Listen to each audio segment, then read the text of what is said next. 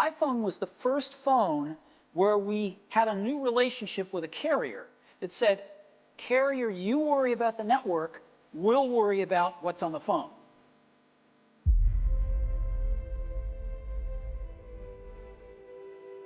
I have one of the best jobs in the world. I'm incredibly lucky.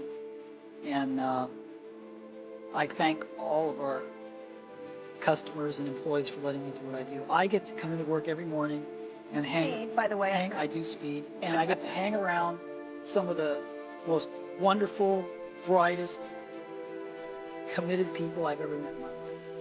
And together, we get to play in the best sandbox I've ever seen and try to build great products.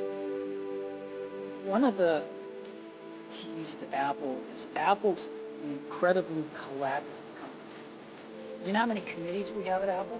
No. 2. But no committees.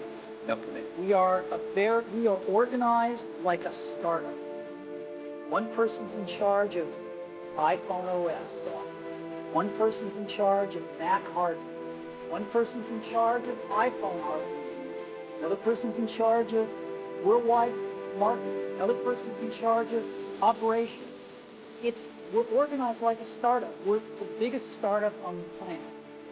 And we all meet for 3 hours once a week and we talk about everything we're doing, the whole business.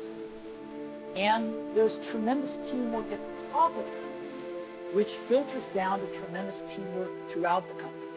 And teamwork is dependent on trusting the other folks to come through with their part without watching them all the time, but trusting that they're going to come through with their parts.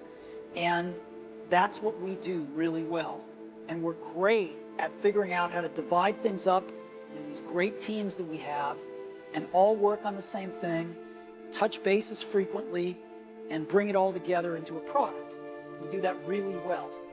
And so what I do all day is meet with teams of people and work on ideas and solve problems to make new products, to make new marketing programs, whatever it is. Apple is a company that doesn't have the most resources of everybody in the world. And the way we've succeeded is by choosing what horses to ride really carefully, technically. We try to look for these technical vectors that have a future and that are headed up. And, you know, technology, different pieces of technology kind of go in cycles. They have their springs and summers and autumns, and then they, you know, go to the graveyard of technology. And so we try to pick things that are in their springs. And if you choose wisely, you can save yourself an enormous amount of work versus trying to do everything. And you can really put energy into making those new emerging technologies be great on your platform, rather than just okay as you're spreading yourself too thin. So we have a history of doing that. As an example, we went from the 5-inch floppy disk to the 3.5-inch floppy disk, the Mac. Before other people, right? We were the first to do that. We made the 3.5-inch floppy disk properly. Sony invented it, and we put it in the first products.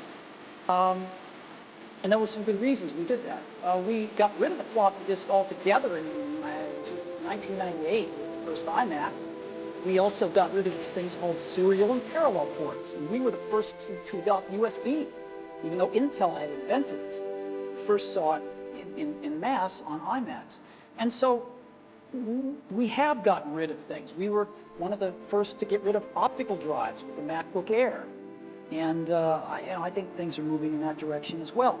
And sometimes when we get rid of things like the floppy disk drive on the original iMac, people call us crazy. Sometimes you just have to pick the things that look like they're going to be the right horses to ride going forward. And Flash looks like a technology that had its day, but is waning.